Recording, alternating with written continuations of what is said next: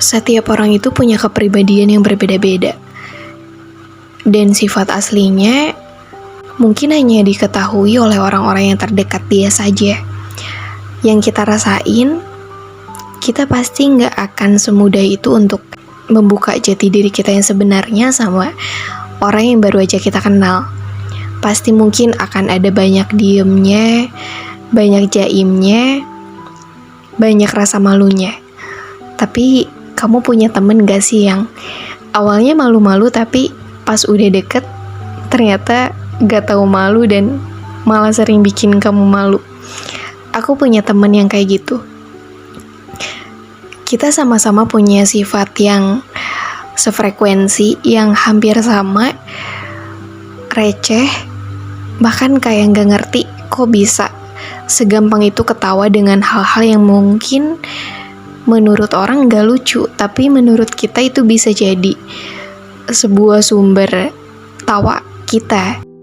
Kita sering bercanda bareng, kita sering ngelakuin hal-hal konyol atau mungkin hal-hal yang cukup gila. Pun mungkin karena udah deket, udah ngerasa nyaman, dan jadi udah gak ada rasa sungkan.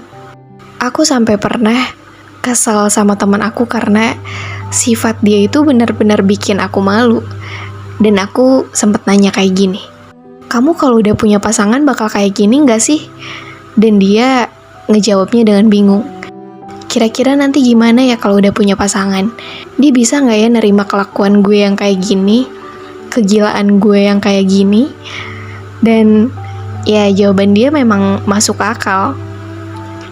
Gak akan segampang itu dengan mudah memperlihatkan sifat asli kita sama pasangan.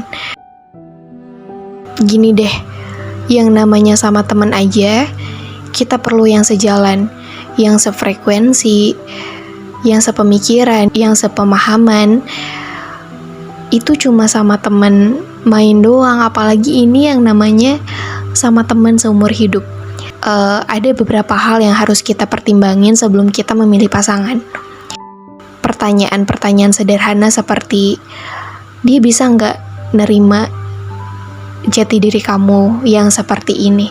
Dia bisa nggak nerima kekonyolan kamu? Dia nyambung nggak dengan topik-topik atau tipe-tipe obrolan kamu?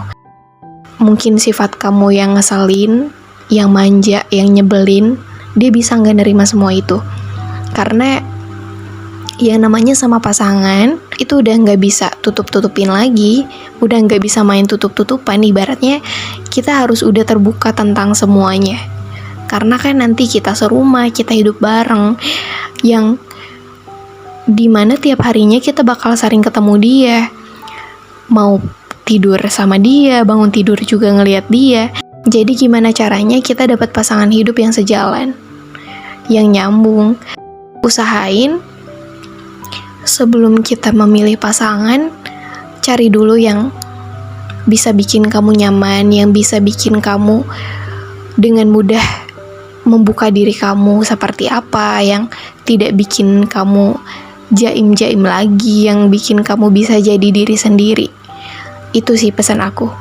Dan semoga kita semua bisa dapat pasangan yang sefrekuensi, sepemahaman, yang bisa nerima setiap bentuk perbedaan dari kita masing-masing, dan bisa menutupi kekurangan kita juga, yang bisa bersedia untuk saling melengkapi, bersedia untuk membuat kita belajar dan jadi teman hidup selamanya.